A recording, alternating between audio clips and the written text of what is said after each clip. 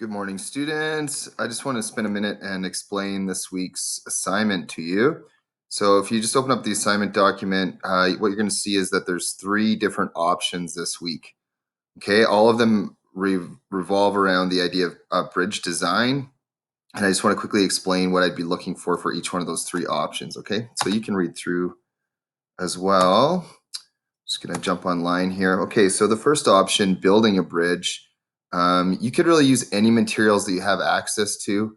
So I just quickly, I clicked on bridge building assignment online to look for some examples. You can see people using things like pasta or popsicle sticks. Um, I tried out paper as an option and saw some interesting things. Here you can see someone's done some kind of an old-fashioned like stone-looking bridge. So really any building material you've got. You could even use things like Lego and so forth. The one thing that I mentioned is that whatever you do for your bridge, whatever you build it out of, you're required to put something on top of it as a weight once you're complete to do a stress test and to see how that holds up under stress. Okay, that's option number one, build a bridge. Option number two, draw or render a bridge, is basically just asking you to come up with a design for a bridge and make an image of it. So you could use software to do that, or you could use drawing media, like pencils, pencil crayons, etc.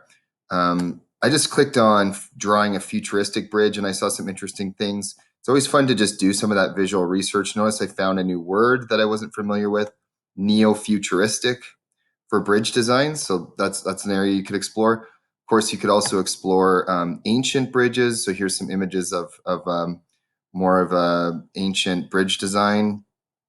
This is actually based on a real bridge, I'm pretty sure. So that's option number two, create a rendering or a drawing of an actual of a bridge that you've designed. The final option is to research, and you could research a local bridge or a bridge somewhere else in the world. Some bridges of note in our local region, something like the Peace Bridge, of course, which is a popular one to photograph. Also has some controversy around it that I'd love to hear about. There's also the Louise Bridge, for instance, so totally different style. On the 10th Street Bridge going into Kensington. And notice, if you start doing some research, you can find out here's the old bridge that used to be there back completed in 1906. So these are the types of things I would want you to include in your research. Images, descriptions of the building materials, the dates of completion, and any controversy or other issues that might be surrounding the bridge that you do your research on. Okay, so that's the plan for this week. Thank you, and I look forward to seeing what you come up with.